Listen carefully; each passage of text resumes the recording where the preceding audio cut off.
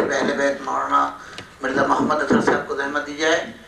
میری دعا ہے اور آپ حضرات سب کے سب آمین فرمائیں۔ پروردگار بحق محمد والی محمد مرحوم شاہد رضی کو جنت الفردوس میں جگہ عنایت فرما، اور اس عظیم صادمے کے اوپر قبلہ و کعبہ اور ان کے خانوادے کو صبر جمیل عطا فرما، اور ان کی طاقت کو پروردگارہ دوبالا فرما کہ عظیم مصیبت پر صبر کر سکیں، اور پروردگارہ اس مصیبت کے اوپر پروردگارہ اس مرحوم کے صدقے میں بحق محمد والی محمد قبلہ و کعبہ کے دونوں فرزندوں کو، ان کی بیٹیوں اور دامادوں کو صحت و سلامتی و طول حیات عطا فرما، ہر بلائے ارضی اور سماوی سے قبلہ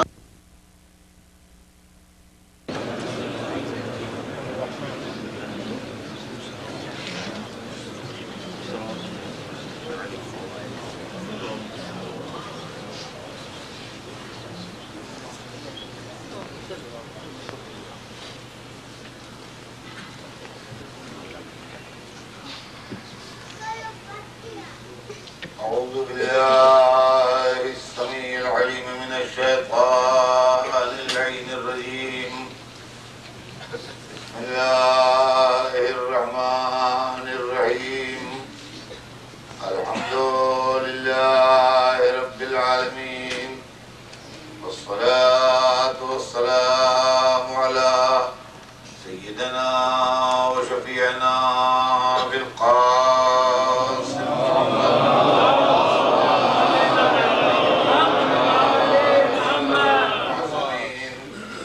ولعنة الله على أعدائهم أجمعين من يومنا هذا إلى يوم الدين.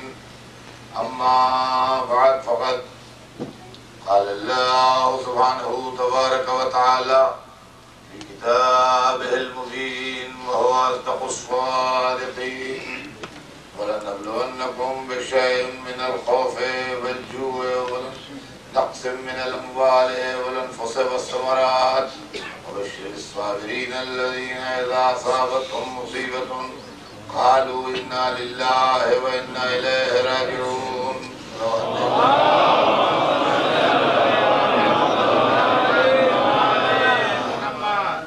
خداوند عالم قرآن مجید میں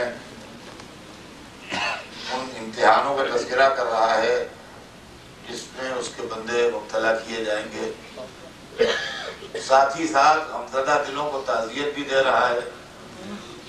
اور تعزیت دو قسم کی ہوتی ہے. ایک تعزیت وہ ہوتی ہے جو عام انسان کو دیتا ہے، اس کے اندر صرف تعزیت ہوتی ہے. اور ایک تعزیت سرکاری تعزیت ہوتی ہے.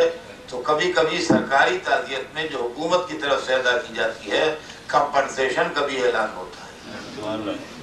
تو یہ تعزیت جو ہے اس کے اندر صرف تعزیت ہی نہیں ہے بلکہ کمپنسیشن کا اعلان ہے. ارشاد ہو رہا ہے کہ وَلَنَبْلَوَنَّكُمْ، ہم ضرور تمہارا امتحان لیں گے.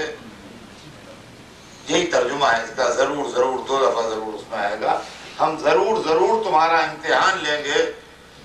بِشَيْءٍ مِنَ الْخَوْفِ وَالْجُوعِ، خوف کے ذریعے سے یا بھوک کے ذریعے سے، وَنَقْصٍ مِنَ الْأَمْوَالِ، یا مالوں کے کم ہو جانے کے ذریعے سے، وَالْأَنفُسِ، یا جانوں کے تلف ہو جانے کے ذریعے سے، وَالثَّمَرَاتِ، ثمرات کے معنی عربی میں پھلوں کے ہیں.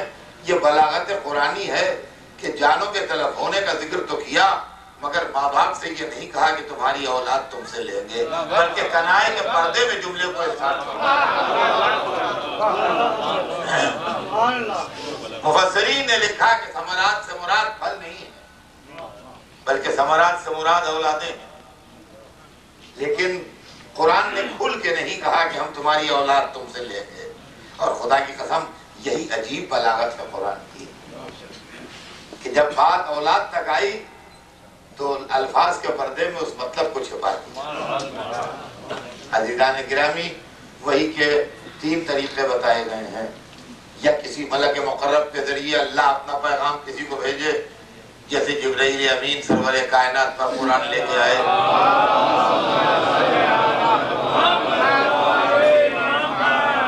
یا اللہ کسی شے میں کلام پیدا کر دے، جیسے جناب موسیٰ کے واسطے شجرہ طور میں کلام پیدا کر دیا.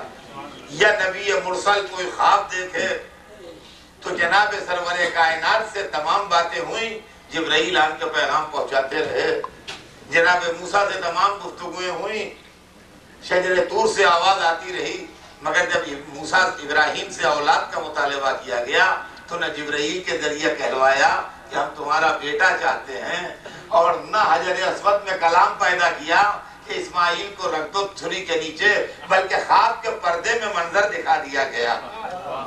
عزیزان گرامی، جس طرح ابراہیم کو خواب کے پردے میں اپنی مشیت بتائی گئی، ویسے انسانوں کو الفاظ کے پردے میں مشیت پروردگار بتائی گئی کہ ہم تمہارا امتحان لیں، اولادوں کے ذریعے۔ یہ بھی ایک طریقہ ہے امتحان کا۔ اور اس کے بعد بشارت، تسکین بھی، اور تسکین کے بعد بشارت بھی، اور یہ سرکاری کمپنسیشن ہے، بدلے کا اعلان ہے۔ یہ ہمارے حبیب بشارت جنت کے نیچے ان صبر کرنے والوں کہ جن پر جب مصیبت آتی ہے تو کہتے ہیں کہ ہم اللہ کے لیے ہیں، اور پلٹ کے ہمیں اللہ کی سرکار میں واپس جانا ہے۔ عزیزان گرامی، بعض واقعات ایسے ہوتے ہیں، بعض سانحے ایسے ہوتے ہیں، بعض دکھ اور غم ایسے ہیں کہ جس کے اندر یہ ضروری نہیں ہے کہ آپ اس آدمی کو جانتے ہوں یا تعلقات ہوں یا پہلے سے ملاقات ہو، بلکہ راستہ چلتے ہوئے سننے والا بھی سنے تو دل پکڑ کے بیٹھے کہ یہ کیا واقعہ ہوا۔ ایک انسان سنے خالی دوسرے انسان کے متعلق تو اس کا کلیجہ تڑپ جاتا ہے۔ یہ واقعہ اسی نوعیت کے واقعات میں ہے کہ اس کے لیے ملاقات شرط نہیں ہے، جان پہچان شرط نہیں ہے، تعلقات کا ہونا شرط نہیں ہے۔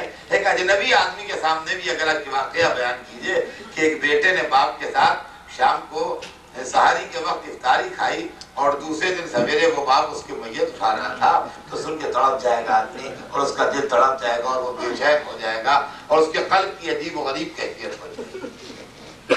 لیکن قرآن مجید نے ہم کو ہر منزل پر تسلی دی ہے۔ میں تھوڑی دیر اسی آیہ مبارکہ کی تشریح کروں گا۔ ظاہر ہے کہ آپ اتنی دیر سے پروگرام میں شریک ہیں، اور نماز مغرب کے وقت سے مسلسل میں دیکھ رہا ہوں، اس کے پہلے حضرات قرآن خوانی کر رہے تھے اور اس کے بعد مسلسل کئی گھنٹے ہو چکے ہیں۔ لیکن مولانا نے زندگی بھر قوم کی خدمت کی، اور قوم نے جس محبت سے اس کا جواب دیا وہ بھی ابھی آپ نے ڈاکٹر منظور رضوی صاحب کی زبانی سنا۔ اب سے چند منٹ کی زحمت اور ہے، تھوڑی دیر کی، اس کے اندر بھی آپ شریک ہو جائیں کہ یہ بات بھی پوری ہو جائے، کہ مجلس بھی ہو جائے۔ نعرہ صلوات۔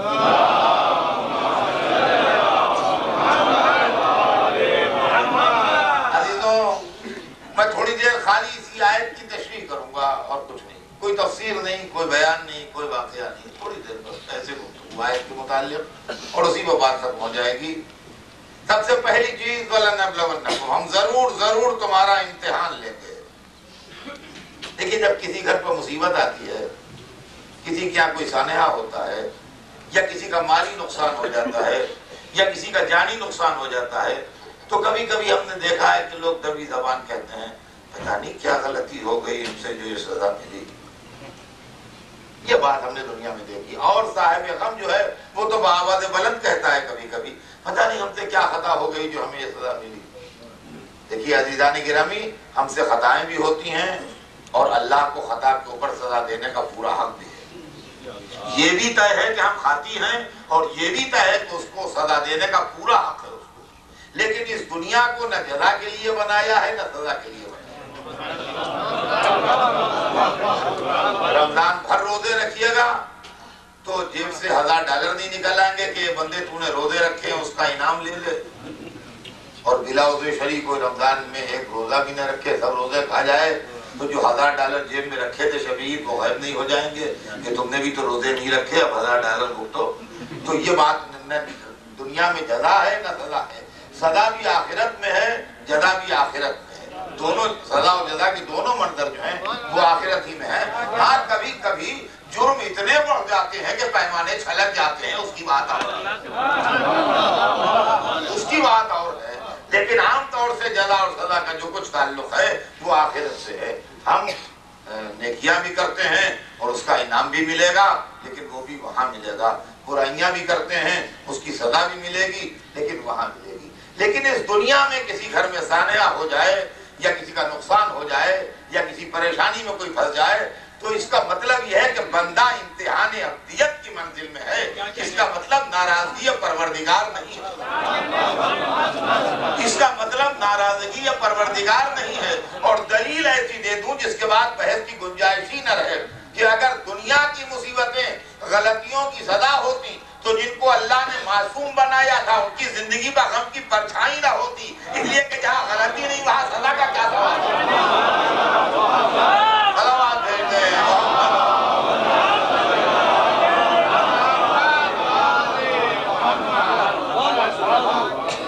جہاں غلطی کا سوال نہیں وہاں سزا کا کیا سوال.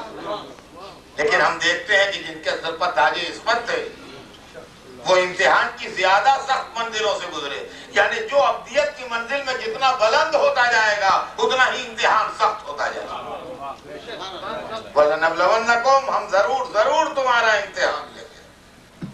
اور عزیزان گرامی امتحان کے سلسلے میں ایک بات اور بھی ذہن میں رکھیے. کبھی کبھی ذہن میں یہ آتا ہے کہ صاحب عالم اور نمازی اور روزہ دار اور عبادت گزار نمازیں پڑھا رہے ہیں اور رمضان میں روزے رکھ رہے ہیں اور پھر کیا اللہ کی مرضی اور کیا مشیت کو سمجھ میں نہیں آتا. اس طرح کے خیالات انسان کے ذہن کو منتشر کرتے ہیں. اور مولا نے بھی مدد نہیں کی اور جی کچھ سمجھ میں نہیں آتا. نہ عزیزان گرامی لفظ امتحان کو سمجھ لیجیے خود سمجھ میں آ جائے. دنیا کے زندگی میں روزمرہ کے جو اصول ہیں وہ الگ ہیں اور امتحان جتنی دیر ہوتا ہے اس کے قاعدے الگ ہیں. دنیا کی روزمرہ کی زندگی کا حساب کتاب الگ ہے اور وقت امتحان کا جو اصول ہے وہ بالکل الگ ہے. عزیزان گرامی اس سے بڑھ کے لوگ بات کہتے ہیں. کبھی اس سے بڑھ کے لوگ بات کہتے ہیں. وہ یہ کہہ دیتے ہیں ارے کیا علی علی پکارا کرتے ہو. علی نے حسین کی مدد نہ کی کربلا میں کیوں نہ پکارا حسین نے. اور جب وہ نجف سے کربلا تک نہ آئے تو یہاں تک تمہاری مدد کرنے کیا آئیں گے. اور اللہ نے مدد نہ کی حسین کی. حسین نے اللہ کو نہیں پکارا. اسماعیل کے لیے تو دمبا بھیج دیا حسین کے واسطے نہ آیا. اس طرح کی باتیں کر کے لوگوں کے ذہنوں کو الجھن میں مبتلا کرتے ہیں.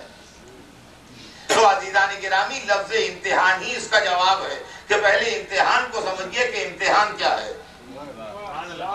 پہلے امتحان کو سمجھیے کہ امتحان کیا ہے. روزمرہ کی زندگی میں جو اصول ہوتے ہیں وہ امتحان میں بدل جاتے ہیں.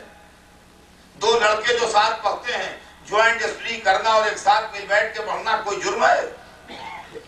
نہایت مناسب بات ہے. لیکن اتنی دیر جتنی دیر دونوں امتحان دے رہے ہیں اگر باتیں کرتے ہوئے پائے گئے تو یہ انفیئر کہلاتا ہے. طالب علم کے ساتھ کتاب رہنا کوئی بری بات ہے. طالب علم کے ہاتھ میں ہر وقت کتاب رہنا ہی چاہیے. لیکن امتحان کے وقت اگر اس کی جیب سے کتاب نکلی تو اس کا امتحان ہی ختم ہو جائے گا.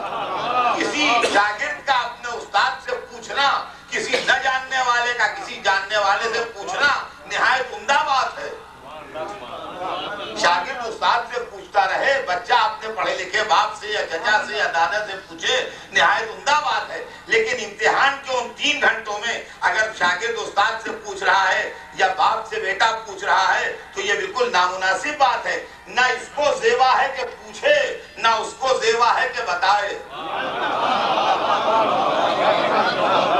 فرمایا آپ نے یہ اصول ہی الگ ہے امتحان کے. نہ اس کو زیب دیتا ہے کہ پوچھے, نہ اس کو زیب دیتا ہے کہ بتائے. اب جو لوگ کہتے ہیں کہ حسین نے اللہ کو کیوں نہیں پکارا, علی نے حسین کی مدد کربلا میں آ کے کیوں نہیں کی. عزیزان گرامی سمجھیے حسین کہاں سے گزر رہے تھے. حسین منزل امتحان سے گزر رہے تھے. نہ حسین کو زیب دیتا تھا کہ اللہ کو پکارے, نہ اللہ کو زیبا تھا کہ مدد کو آئے.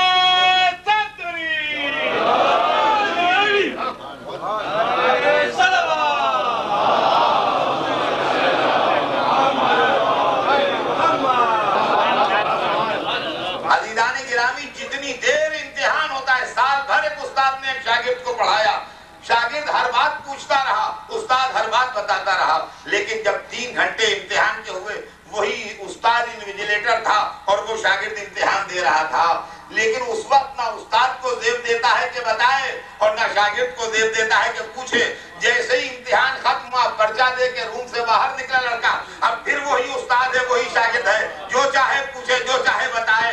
بے شک اللہ نے سب کچھ حسین کو دیا اور حسین نے سب کچھ اللہ سے پایا، لیکن کربلا میں جتنی دیر امتحان تھا اتنی دیر نہ حسین کو زیبا تھا کہ اللہ کو پکارے، نہ اللہ کو زیبا تھا حضرت کو آئے۔ اور جیسے ہی امتحان ختم ہوا، وہی حسین ہے، وہی خدا ہے، خدائی خدا کی ہے، اختیار حسین کا ہے۔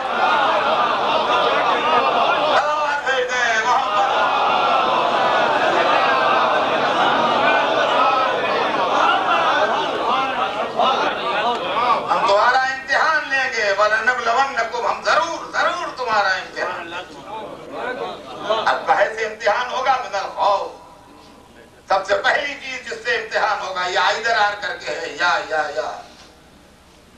یا خوف سے امتحان ہوگا۔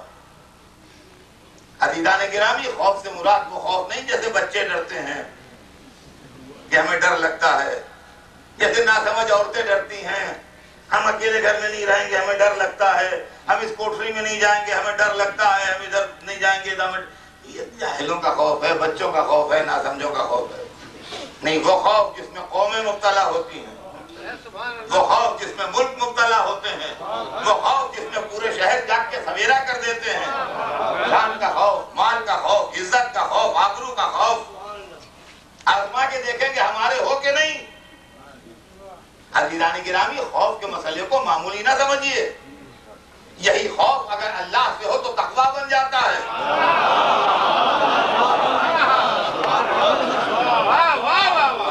یہی خوف اگر اللہ سے ہو تو اس کا نام تقویٰ ہے۔ اور خوف کی محرک جو چیزیں ہیں، عجیب و غریب ہے مسئلہ خوف کا۔ خوف کا مسئلہ سمجھنے کے قابل ہے، خوف کا سبجیکٹ پڑھنے کے قابل ہے کہ خوف کیا ہے، ڈر کس چیز کا نام ہے۔ خوف کا محرک یا جہل ہے یا علم ہے۔ عجیب و غریب منظر ہے عزیزان گرامی، ایسٹ و ویسٹ، یا جہل ہے خوف کا محرک یا علم ہے۔ وہ خوف قابل مذمت ہے جس کا محرک جہل ہو، وہ خوف قابل تعریف ہے جس کا محرک علم ہو۔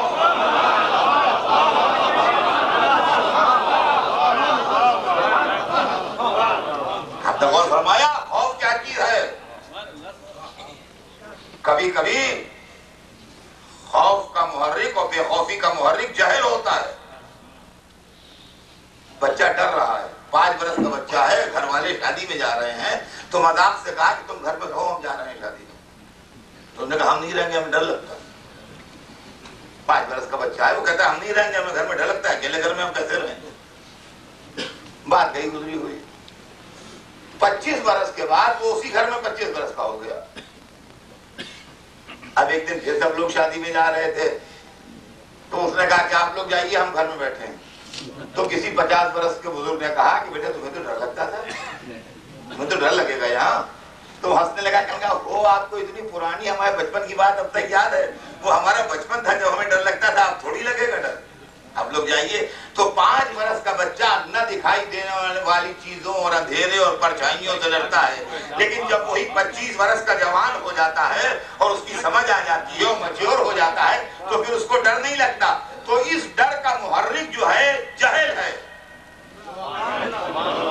اس ڈر کو جو 5 برس کے سن میں جو چیز ڈرا رہی ہے بچے کو، کچھ کہانیاں سنی ہیں اس نے، کچھ قصے سنے ہیں اس نے، کچھ ایسی باتیں سنی ہیں اس نے جس کی وجہ سے اس کے اندر ڈر پیدا ہو گیا ہے۔ لیکن جب 25 برس تک اس کی عمر پہنچ گئی تو اب وہ میچور ہو چکا تھا، اب وہ گھر میں نہیں ڈرتا، اس کے گھر والوں سے کہتا ہے آپ جائیے، ہم لیٹے ہیں آرام سے، کوئی ڈرنے کی بات نہیں ہے۔ تو اصل میں یہاں پر ڈر جو ہے وہ کون پیدا کر رہا ہے؟ جہل۔ اب آئیے، ڈر پیدا کرتا ہے علم اور بے خوفی پیدا کرتا ہے جہل۔ پلٹ کے دیکھیے اس کو، ڈر پیدا ہوگا علم کی وجہ سے اور بے خوفی پیدا ہوگی جہل کی وجہ سے۔ ماں ہے اور اس کا 1.5 برس کا بچہ ہے جو گھٹنیوں چل رہا ہے، گھر کا بڑا سا صحن ہے جیسا ہندوستان پاکستان میں گھروں میں ہوتے ہیں، بچہ گھٹنیوں چل رہا ہے، ماں دیکھ رہی ہے ادھر جا رہا ہے ادھر جا رہا ہے ادھر جا رہا ہے، دیکھ کے خوش ہو رہی ہے اپنے بچے کو کھیلتے ہوئے، لیکن نگاہیں بچے پہ ہیں اور بچے کو کھیلنے دے رہی ہے۔ کہ ایک دفعہ اس نے دیکھا کہ تلکاریاں مارتا وہ ہنستا وہ ایک طرف تیزی سے جانے لگا۔ اب جو اس نے غور سے دیکھا تو اس کے تھوڑا اور آگے ایک سانپ لہرا رہا ہے، اور بچہ اس کا لہریہ دیکھ کے، اس کی جلد دیکھ کے، اس کا چلنے کا انداز دیکھ کے اس کو اچھا لگ رہا ہے، تو وہ تیزی سے اس کی طرف گھٹنیوں چلتا ہوا بڑھ رہا ہے کہ میں جا کے اس کو پکڑ لوں۔ وہ ڈر نہیں رہا ہے سانپ سے۔ کیوں نہیں ڈر رہا ہے؟ یہ نہ ڈرنا مطلب جہل کے ہے۔ اور ماں جلدی سے چیخ مار کے دوڑتی ہے، بچے کو جھپٹ کے اٹھاتی ہے اور لے کے بھاگتی ہے۔ یہ ماں کا خوف جو ہے یہ بسبب علم کے ہے۔ سانپ کیسا جانور ہے 1.5 برس کا بچہ یا 1.25 برس کا بچہ نہیں جانتا ہے، لیکن اس کی تجربہ کار ماں جانتی ہے کہ سانپ کیا چیز ہے۔ تو یہاں کے اوپر خوف کا محرک جو ہے وہ علم ہے، اور بے خوفی کا محرک جو ہے وہ جہل ہے۔ ہو سکتا ہے کہ آپ کے ملکوں میں ایسی باتیں نہ ہوتی ہوں، لیکن ہمارے ملکوں میں فصلیں خراب ہوتی ہیں، کالرا پھیل جاتا ہے، اس طرح کی بیماریاں پھیل جاتی ہیں، تو حکومت کی طرف سے اعلان ہوتے ہیں کہ سڑک کے اوپر بکنے والی چیزیں نہ کھائیے گا، سڑی گلی چیزیں نہ کھائیے گا، سڑک کے اوپر جو کھلے ہوئے کٹے ہوئے پھل بک رہے ہوں وہ نہ کھائیے گا۔ شہر کی فضا خراب ہے، کالرا پھیلا ہوا ہے، لوگ مر رہے ہیں، تو سرکار کی طرف سے، کارپوریشن کی طرف سے اعلان ہو رہا ہے کہ دیکھیے یہ چیزیں نہ کھائیے گا، اس سے آپ کی جان و صحت کو خطرہ ہے۔ اور وہیں سڑک کے کنارے جناب ایک ٹرالی کے اوپر تربوز بیچ رہا ہے، لال تربوز کی پھانکے کاٹے ہوئے اور برف کی سل ہے اس کے بعد اس پر رکھے ہوئے۔ اب تربوز لال بھی ہے، میٹھا بھی ہے، ٹھنڈا بھی ہے، یہ تینوں صفتیں اس کے اندر ہیں، نہایت سرخ ہے، نہایت شیریں ہے، اور چونکہ برف کی سل پر رکھا ہوا ہے لہذا نہایت خنک ہے، ٹھنڈا ہے۔ دو دوست کھڑے کھا رہے ہیں ہنس ہنس کے، ان کو نہ ڈر ہے نہ خوف ہے۔ یہ ان کی بڑی دلیری نہیں ہے، یہ جہالت ہے ان کی جو یہ ڈر نہیں رہے۔ یہ بے خوفی بسبب جہل کے ہے، یہ بے خوفی قابل تعریف نہیں ہے۔ یہ کھا رہے ہیں بڑے مزے میں، اور وہیں سے ایک ڈاکٹر گزر رہا ہے جو سارے اس فلسفے اس کے کھانے سے کیا ہو سکتا ہے اور اس کے نتیجے میں ان کی جان جا سکتی ہے، وہ کانپ رہا ہے، وہ ڈر رہا ہے، اس کے ہاتھ پیروں میں لرزہ پیدا ہو گیا، ارے کوئی ان کو سمجھانے والا نہیں، ارے کوئی ان کو بتانے والا نہیں، ارے اپنی موت خرید کے کھا رہے ہیں، ان کو کالرا ہو سکتا ہے۔ یہ سڑک کے کنارے یہ مکھیاں بیٹھ رہی ہیں، یہ دھول اس کے اوپر پڑ رہی ہے، سارے جراثیم اس میں جمع ہو رہے ہیں، یہ جان جا سکتی ہے، کل تک یہ ان کی میتیں رکھی ہوں گی اگر یہ کوئی ان کو بتاتا نہیں، کوئی ان کو سمجھاتا نہیں۔ ڈاکٹر جس نے نہ کھایا ہے نہ کھائے گا وہ ڈر رہا ہے۔ ڈاکٹر جس نے نہ وہ پھانکے تربوز کی کھائی ہے نہ کھائے گا، آپ اس کو 1000 روپے دیجئے نہیں کھائے گا، وہ ہرگز نہیں کھائے گا اسے، نہ کھایا ہے نہ کھائے گا، مگر چونکہ عالم ہے اس لیے ڈر رہا ہے۔ اور یہ جو کھا رہے ہیں یہ چونکہ جاہل ہیں اس لیے کھا رہے ہیں۔ عزیزان گرامی، یہیں سے ایک بہت بڑا مسئلہ اور سلجھ گیا، اور وہ یہ ہے کہ اکثر لوگ دعائیں دیکھ کے کہتے ہیں کہ آپ تو کہتے ہیں امام معصوم ہیں، اور وہ دعاؤں میں تو اس طرح توبہ و استغفار کر رہے ہیں جیسے کوئی گناہگار آدمی کرتا ہے۔ آپ سمجھے نہیں، جس طرح ڈاکٹر ہمیں کھاتے دیکھ کے ڈرتا ہے ویسے معصوم ہمیں گناہ کرتے دیکھ کے ڈرتا ہے۔ ڈرتے ہم ہیں، ڈرتا وہ ہے۔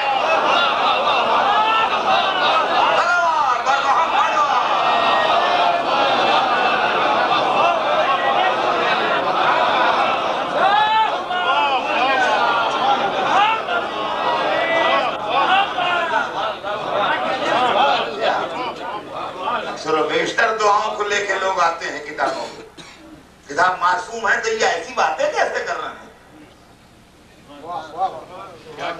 یہ ایسی باتیں اس لیے کر رہے ہیں کہ ہم ایسی باتیں کر رہے ہیں۔ ہماری بے خوفی بسبب جہالت کے ہے، ان کا خوف بسبب علم کے ہے۔ ہم کر رہے ہیں وہ ڈر رہے ہیں، جیسے 2 الگ کے نوجوان کھا رہے ہیں، ڈاکٹر ڈر رہا ہے۔ اور ہمایوں نے وہ انسانی زندگی کی ہمدردی کی بنیاد پر ڈر رہا ہے، اور کوئی بات نہیں۔ تو عزیزان گرامی، یہ خوف ہے، یہی وجہ ہے کہ دنیا میں جہاں سب ڈرے ایک ایسا بندہ بھی تھا کبھی نہ ڈرا۔ موت کے سائے میں، تلواروں کے چھاؤں میں، بڑے بڑے مارکوں میں، بڑی بڑی لڑائیوں میں بڑے بڑے محلکوں میں جہاں سب کے پتے پانی ہو جائیں اور پاتے پسینے سے ڈوب جائیں، وہاں کبھی نہ ڈرا، مسکراتا رہا. اور جہاں دنیا میں کوئی نہیں ڈرا وہاں وہ ڈرتا ہوا دکھائی دے رہا ہے.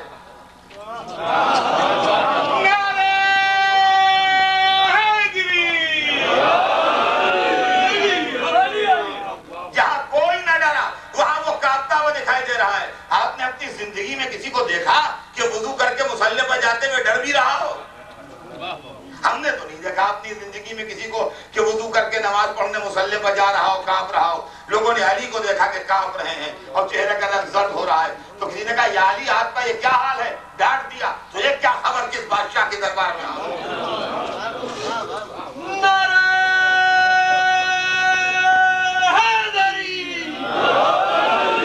تو کیا جان، تو کیا پہچان ہے کس بادشاہ حقیقی کے دربار میں جا رہا ہوں؟ تو وَلَنَبْلُوَنَّكُمْ بِشَيْءٍ مِّنَ الْخَوْفِ، ہم تمہارا امتحان لیں گے خوف کے ذریعے، وَالْجُوعِ، اور بھوک کے ذریعے. اور بھوک کا مفہوم بھی صرف دو روٹیوں کی بھوک نہیں ہے عزیزان گرامی. یہ بھوک بے شک بھوک ہے، مگر یہ بڑی انوسنٹ بھوک ہے، بڑی معصوم بھوک ہے. یہ دو روٹیوں والی بھوک جو ہوتی ہے، اگر کسی کو بھوک لگی ہے اور دال کا ایک پیالہ اور دو روٹیاں دے دیں اور اس نے کھا لی، اب اس کے بعد اس کے سامنے یہاں سے وہاں تک دسترخوان چن دیجئے اور تمام نعمتیں رکھ دیجئے تو وہ نہیں کھاتا.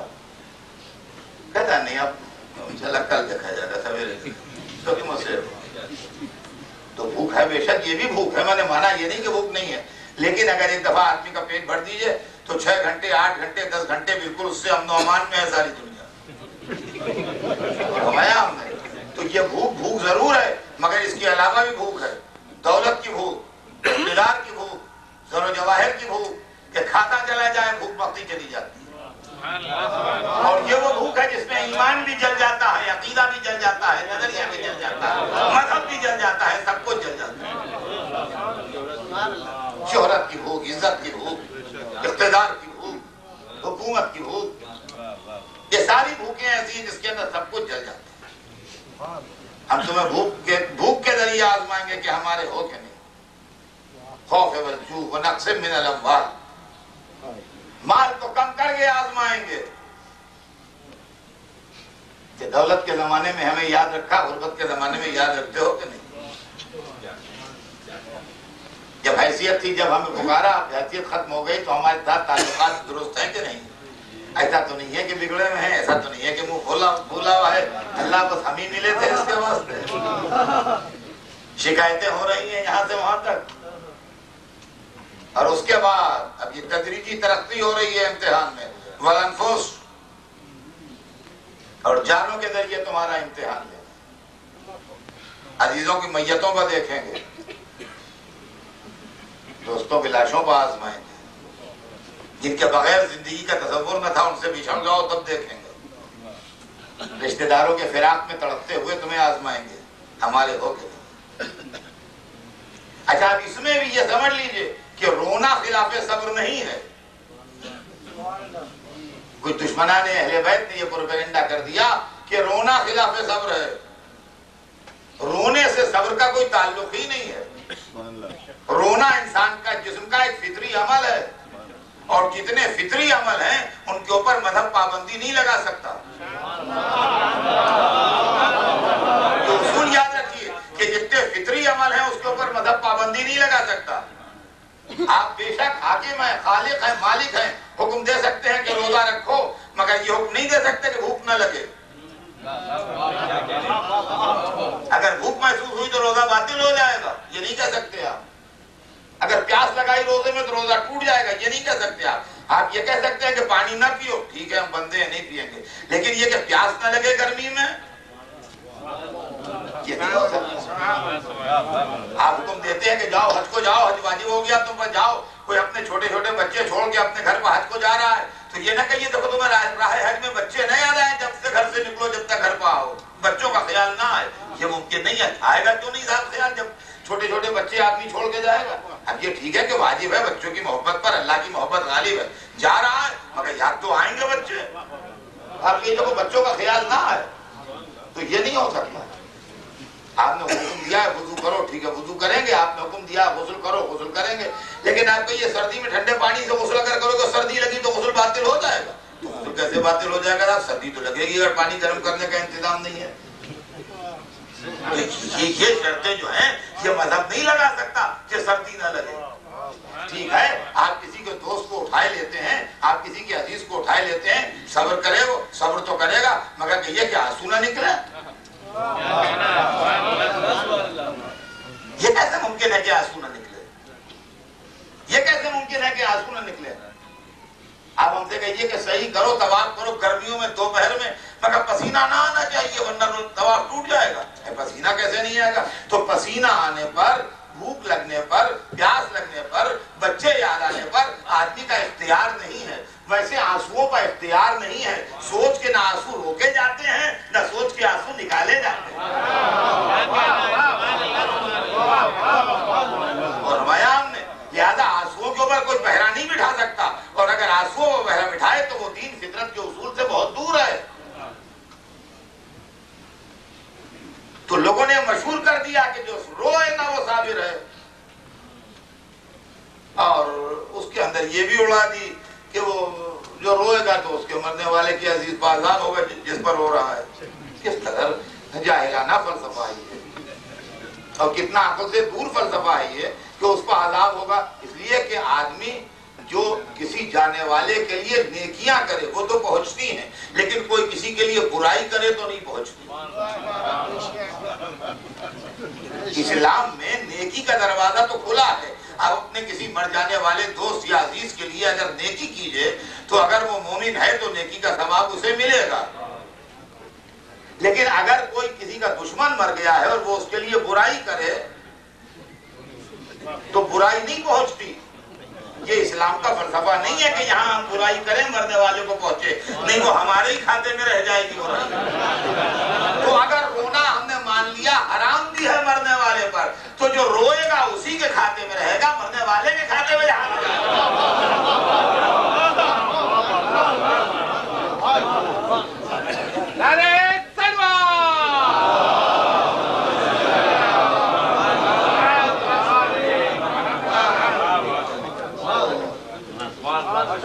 جانوں کے طرف ہو جانے سے آزمائیں.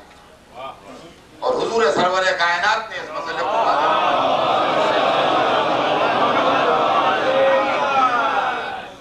آپ کے ایک صاحبزادے تھے جناب اسماعیل، جن کی والدہ جناب ماریہ قبطیہ تھی، جن کی ولادت باسعادت بھی مدینے میں ہوئی اور سنی میں کم سنی میں بچپنی میں رحلت بھی ہو گئی مدینے میں. تو تاریخ میں ہے کہ ان کی میت جنت البقیع میں دفن ہو رہی تھی اور سرور کائنات وہاں کھڑے تھے. ظاہر رحمت تھے. بچے کی میت دفن ہو رہی تھی، باپ کھڑا، رحمت للعالمین تھے. یہ منظر دیکھ کے آنکھوں سے آنسو ٹپک رہے تھے. جس وقت ان شہزادے کی میت دفن ہو رہی تھی تو سرور کائنات کی آنکھوں سے آنسو روا ہو گئے. کسی سنگ دل نے انتظار بھی نہ کیا، اسی وقت پڑھ کے پوچھا کہ آپ رسول برحق ہو کے روتے ہیں؟ تو آپ نے فوراً پلٹ کے اس سے کہا کہ تجھے رسول برحق کی یہ پہچان کس نے بتائی کہ جو نہ روتا ہو وہ رسول برحق ہے؟ یہ پہچان تجھے کس نے بتائی رسول برحق کی؟ یہ کہاں سے سن کے آیا کہ رسول برحق وہ ہے جو روتا نہ ہو؟ اب ظاہر ہے کہ اس کے پاس کوئی جواب ہی نہیں تھا اس کا، وہ ایک دم خاموش ہو گیا. دشمنان اہل بیت پہ لعنت. تو وہ خاموش ہو گیا. لیکن یہ کہ سرور کائنات نے انتہائی علم اور انتہائی صبر و ضبط سے ارشاد فرمایا کہ یاد رکھ، جب دل جلتا ہے تو آنکھ سے آنسو ٹپکتا ہے. یہ رونا خلاف صبر نہیں ہے. اپنی مصیبت کا ذمہ دار اللہ کو ٹھہرا کے اس کی شان میں گستاخی کرنا خلاف صبر ہے. دیکھیے، اپنی مصیبت کا ذمہ دار اللہ کو ٹھہرا کے اس کی شان میں گستاخی کرنا یہ خلاف صبر ہے. آنسو بہانا خلاف صبر نہیں ہے، اس لیے کہ یہ فطرت انسانی ہے. تو وہ لوگ جو مصیبتوں میں اللہ کی شان میں نازیبہ کرنے کہتے ہیں وہ بے شک خلاف صبر ہے، ورنہ رونا اور آنسو بہانا خلاف صبر نہیں. تو ارشاد ہوا کہ ہم جانوں کے تلف ہونے سے آزمائیں گے. اور اس کے بعد جیسا کہ میں نے کہا کہ یہ بلاغت قرآنی کا کمال تھا کہ ثمرات سے مراد پھل ہرگز نہیں ہو سکتے. اس لیے کہ اگر پھل مراد لے لیے جائیں تو اس کو شعراء کرام بہتر جانتے ہیں کہ چوتھا مصرع اگر کمزور ہو گیا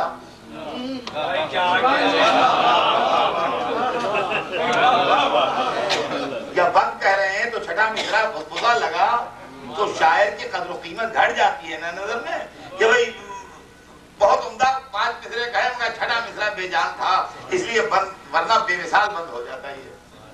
تو شاعر کی کوشش کہتی رہتی ہے کہ مصروں کی طاقت بڑھتی رہے. تو جب شاعر اتنی سی بات جانتا ہے کہ مصروں کی طاقت بڑھتی رہے تو کیا اللہ بے خبر ہوگا اس معاملے سے؟ وَلَنَبْلَوَنَّكُمْ بِشَيْءٍ مِّنَ الْخَوْفِ وَالْجُوعِ وَنَقْصٍ مِّنَ الْأَمْوَالِ وَالْأَنفُسِ. دیکھیے طاقت بڑھتی جا رہی ہے. اور اب جب جانوں کی بات آ گئی تو پھلوں میں رکھا کیا ہے؟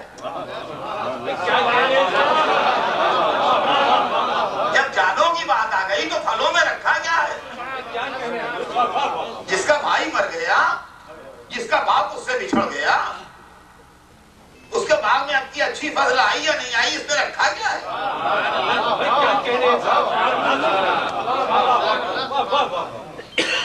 وہ کہتے ہیں کہ باغ کی فصل بگڑ گئی.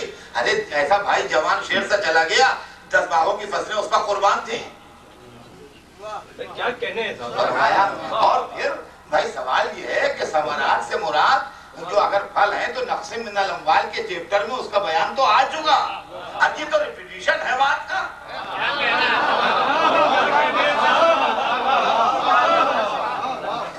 آم کا باغ ہے یا سیب کا باغ ہے یا کھجور باغ ہے تو پورے باغ کے پھل آدمی کا اکیلا کھا تھوڑی جاتا ہے. وہ اس کی روٹی روزی سال بھر کے آزموکے کے لیے ہوتے ہیں. جو لوگ باغ لگاتے ہیں اس کی فصلیں بیچتے ہیں تو وہ فصلیں وہ اکیلے کھا تھوڑی جاتے ہیں. 1-2 درخت روک لیتے ہیں اپنے لیے، وہی بہت ہوتے ہیں. دوستوں میں بانٹ کے کھاتے ہیں 1-2 درخت کے پھل اور باقی فصل کو بیچ ڈالتے ہیں، اس سے ان کا سال بھر کا خرچہ چلتا ہے. تو نقص من الاموال کے چیپٹر میں تو وہ بات آ گئی. اب کیا بیان کر رہے ہیں دوبارہ؟ اب یہ بلاغت قرآنی ہے کہ ثمرات کہا اور اولاد مراد دی. تکبیر! اللہ اکبر! اللہ اکبر! اللہ اکبر!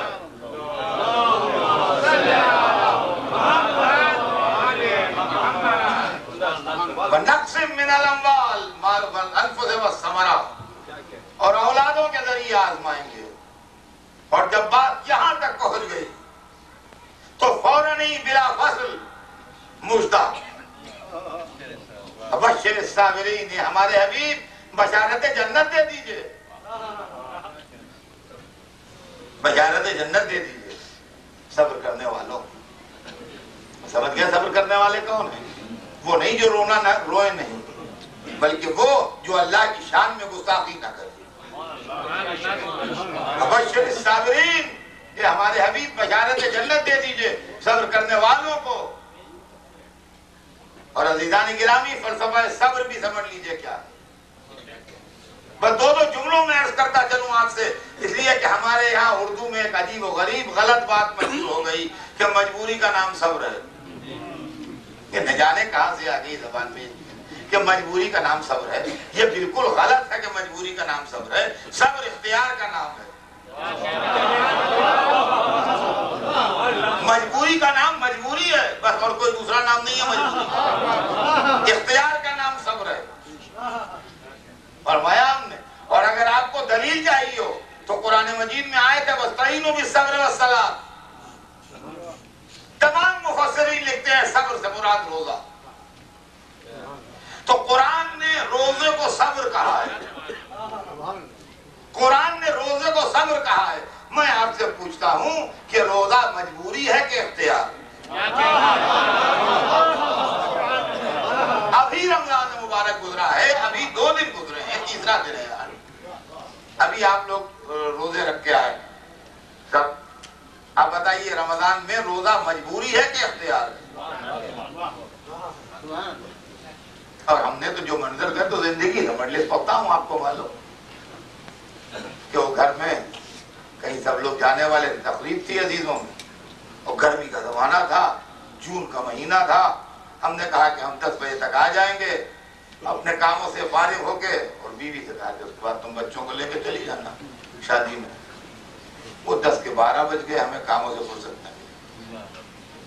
اب جب 12 بجے دن کو بھوکے پیاسے گرمی میں، جون کی گرمی میں، لو کے تھپیڑے کھاتے ہوئے جو لکھنؤ میں ہوتے ہیں، ہم آئے گھر میں تو ان کا ہم انتظار میں بیٹھے ہیں. اتنی دیر ہو گئی، کہا کیا بتائیں، کام کر دیں، اب تم چلی جاؤ. تو ان کا اچھا ٹھیک ہے ہم جا رہے ہیں، اب تمہارے انتظار میں بیٹھے تھے، اچھا سمجھ لو تم بوکلا نہ جانا، گھبرا نہ جانا. جو کوئی شربت بنا کے فریج میں رکھ دیا ہے، چائے بنا کے تھرمس میں رکھ دی ہے، یہ پکا کے یہ رکھ دیا ہے، سالن ادھر رکھا ہے، روٹی ادھر رکھی ہے، فریج میں یہ رکھا ہے، الماری میں یہ رکھا ہے، ادھر یہ رکھا ہے، میز پہ یہ رکھا ہے، ہر چیز سب بتا دی. افطاری بھی بنا دی تھی انہوں نے، کھانا بھی تیار کر دیا تھا انہوں نے، چائے بھی بنا دی تھی، شربت بھی بنا دیا تھا، ہر چیز بنا کے سب کر کے بوکلا نہ جانا، نہ ہونا، ہر چیز بتا دی. اور اس کے بعد وہ بچوں کو لے کے چلی گئی. اب گھر میں ہم ہیں، کھانا پینا ہے، روزہ ہے.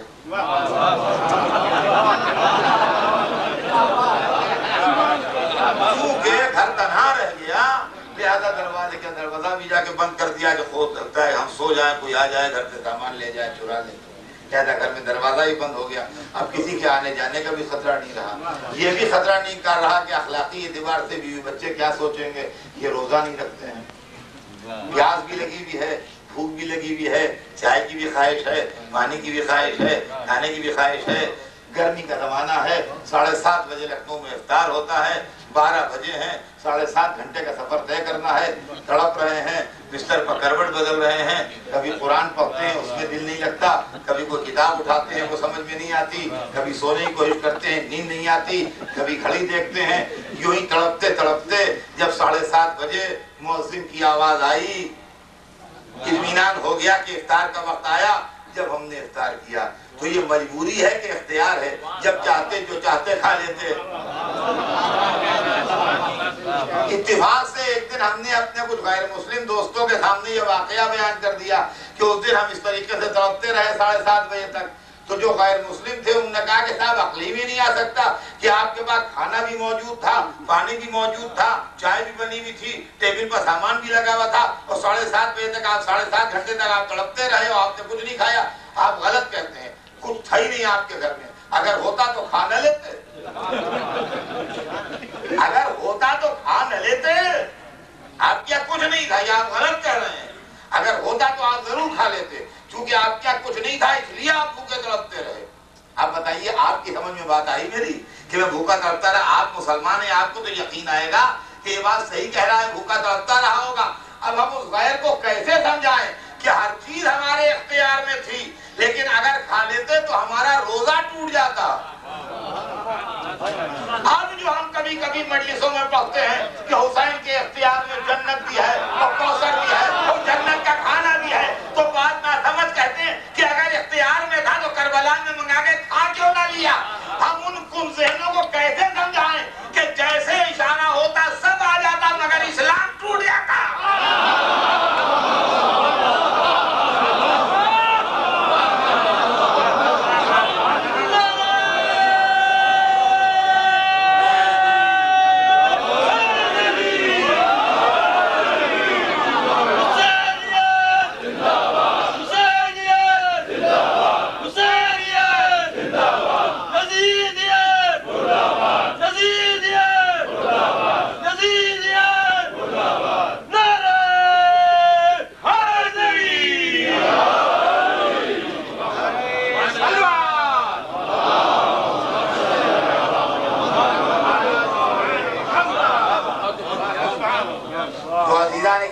صبر مجبوری کا نام نہیں ہے، صبر اختیار کا نام ہے. اور جتنا جتنا اختیار بڑھتا جائے گا اتنا اتنا صابر کی شان بڑھتی جائے گی. اسی لیے ہم سب سے بڑا صابر حسین کو مانتے ہیں کہ حسین کے بعد اختیار سب سے زیادہ تھا، لہذا شان صبر سب سے. بشر الصابرین الذین اذا اصابتهم مصیبۃ، بشر الصابرین الذین اذا اصابتهم مصیبۃ. میرے حبیب بشارت جنت دے دیجئے. مژدہ جنت سنا دیجئے ان صبر کرنے والوں کو کہ جن پر جب مصیبت آتی ہے قالوا انا للہ و انا الیہ تو کہتے ہیں کہ ہم اللہ کے لیے ہیں اور پلٹ کے ہمیں اللہ کی سرکار میں واپس ہے۔ عزیزان گرامی، یہی وہ جملہ ہے جو ہماری پوری ملت میں رائج ہے۔ جب کوئی خبر انتقال سنتا ہے آدمی تو ہر کمنٹ سے پہلے، ہر تبصرے سے پہلے، ہر گفتگو سے پہلے جو جملہ زبان پہ آتا ہے وہ یہ آتا ہے کہ انا للہ و انا الیہ۔ جیسے ہی سنا کہ فلاں کا انتقال ہو گیا، ارے انا للہ و انا الیہ، اب کب انتقال ہوا، کیا ہوا، کیسے ہوا، ساری باتیں، ساری کوئری، سارے معاملات بعد میں۔ سب سے پہلا ری ایکشن جو ہوتا ہے وہ یہ کہ ایک مسلمان کی زبان سے نکلتا ہے انا للہ و انا الیہ راجعون۔ اس کے اندر پورا فلسفہ صبر چھپا ہے۔ یہ ہم کہتے تو ہیں انا للہ و انا الیہ راجعون، مگر معنی نہیں سمجھتے ہیں اس کے۔ اور اگر کچھ لوگ معنی سمجھتے ہوں تو سمجھتے ہوں، لیکن اس پر عمل کرنے کی ہمت کسی میں نہیں، کلیجہ نہیں ہے انا للہ و انا الیہ راجعون کے اوپر عمل کرنے کا، ورنہ انا للہ و انا الیہ راجعون میں پورا فلسفہ صبر چھپا ہوا ہے۔ اس لیے کہ انسان کا مزاج یہ ہے کہ مرکزی کیریکٹر اپنا کو مانتا ہے، سینٹرل پوائنٹ میں خود ہوں، میرے گرد میری پوری کائنات گھومتی ہے، میرے بچے، میرا گھر، میرا خاندان، میرے بہن بھائی، میرے دوست، میرے عزیز، میری دولت، میری شہرت، میرا نام، میری پراپرٹی، میرا ملک، میرا قوم، میری قوم، میرا وطن، میری ملت، یہ سب چیزیں، بیچ میں سینٹرل پوائنٹ جو ہے وہ میں اور ہمیں آپ نے۔ اب جب مصیبت آنے لگتی ہے تو جتنا دور ہوتا ہے اس کو قربان کرتا جاتا ہے تاکہ قریب تر سرکل جو ہے وہ بچتا جائے۔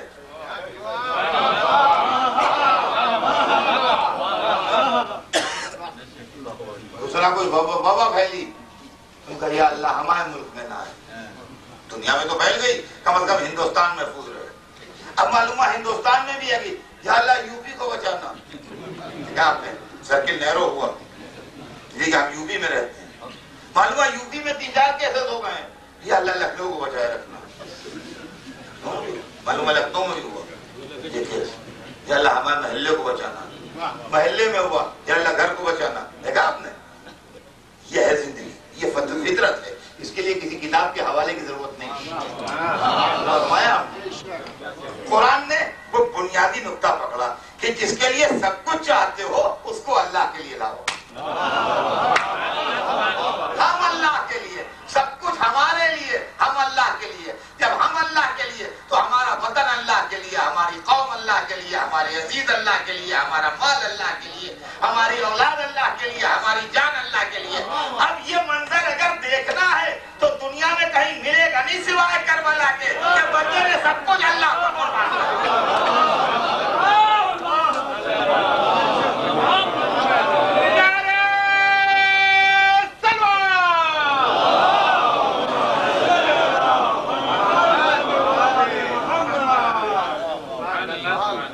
وطن میرے لیے، میں اللہ کے لیے، وطن اللہ کے لیے، دوست میرے لیے، میں اللہ کے لیے، دوست اللہ کے لیے، عزیز میرے لیے، میں اللہ کے لیے، عزیز اللہ کے لیے، اولاد میرے لیے، میں اللہ کے لیے، اولاد اللہ کے لیے، ہر چیز قربان۔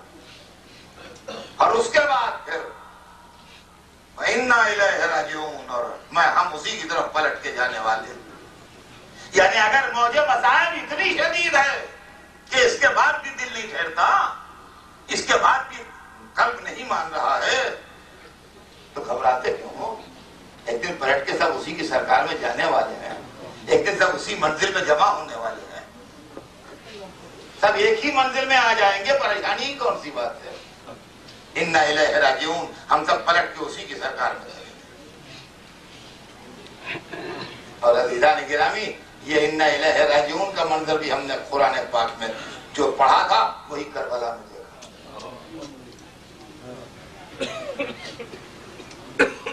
دوستوں کی جدائی پر حسین کہہ رہے تھے، جب حبیب کے لاشیں وہ پہنچے ہیں تو کہہ رہے تھے حبیب جاؤ جاؤ، حبیب توحید جاؤ منہم من قضا نحبہ ومنہم من ینتظر وما بدلوا تبدیلا.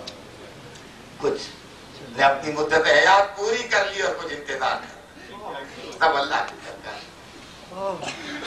عزیزان گرامی، یہ عظیم سانحہ جو ہوا اور یہ واقعہ جو گزرا، خدا کی قسم میں کیا عرض کروں اور کن الفاظ میں جناب مولانا کو تعزیت، اس لیے کہ کون سی بات ایسی ہے کہ جو یہ نہیں جانتے جو میں ان کو بتاؤں، اور کون سی بات ایسی ہے کہ جس کی طرف میں ان کو متوجہ کروں، قرآن کی آیت کی طرف متوجہ کروں جس پہ ان کی نظر نہیں ہے، اور کس حدیث کی طرف متوجہ کروں جس پہ ان کی نظر نہیں ہے. لیکن عزیزان گرامی یہ ضرور ہے کہ کربلا کے جہاں کروڑوں فیض ہیں، وہاں ایک یہ بھی ہے کہ کربلا نے ہم کو تعزیت کا طریقہ سکھایا. کربلا نے ہم کو تعزیت کا طریقہ سکھا دیا. اور یہ کربلا کا واقعہ جو ہے عزیزان گرامی، یہ بیک وقت دو تاثیریں رکھتا ہے. یہ معجزہ ہے، یہ جب اکیلے اکیلے بیان ہوتا ہے تو درد ہے، اور جب کسی دردمند دل کے سامنے بیان ہوتا ہے تو دوا ہے. بیک وقت یہ درد بھی ہے اور دوا بھی ہے.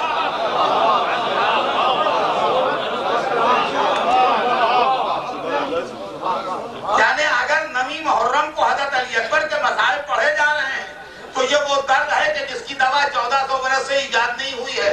لیکن اگر کسی کا جوان بیٹا مر گیا ہو، علی اکبر کے مسائل پڑھے جا رہے ہیں تو یہی مسائل دوا کا کام کر رہے ہیں. عزیزان گرامی، عجیب و غریب منظر ہے یہ ذکر حسین جس نے سب کچھ دیا ہے ہم کو، اسی میں طریقہ تعزیت بھی دیا. تعزیت تو دنیا کی ہر قوم میں ہوتی ہے، تعزیت تو دنیا کی ہر قوم میں ادا کی جاتی ہے، لیکن کوئی کانکریٹ بات، کوئی مضبوط بات کہنے کے لیے کسی کے پاس نہیں ہے، سوائے اس کے بھائی صبر کیجئے، نہ روئیے، غم نہ کیجئے، بھولنے کی کوشش کیجئے، صبر کیجئے. اس کے علاوہ کوئی بات کسی کے پاس کہنے کے لیے ہے نہیں. ہمارے پاس ایک باقاعدہ ٹھوس بنیاد ہے کہ جس کی وجہ سے ہم آدمی سے کہہ سکتے ہیں کہ صبر کرو. یہ دیکھو صبر کرو، دل کو سنبھالو.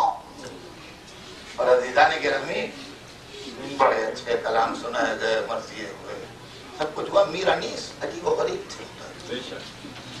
ایک مرثیہ میر انیس کا، اس کا ایک مصرع، میں نے بہت سے مرثیے حضرت علی اکبر کے حال میں دیکھے، میر صاحب کے بھی دیکھو، دوسرے شعراء آپ نے بھی دیکھو. ایک مرثیے کا جو پہلا مصرع ہے، خدا کی قسم وہ اس قدر جامع ہے، اتنا بلیغ ہے کہ ایک مصرع پورا مرثیہ ہے، یا اس کے اندر معنویت کے اعتبار سے مرثیوں کو بھاری ہے. میر انیس کا مصرع اور عجیب و غریب مصرع ہے کہ دشمن کو بھی خدا نے دکھائے کسر کا دام.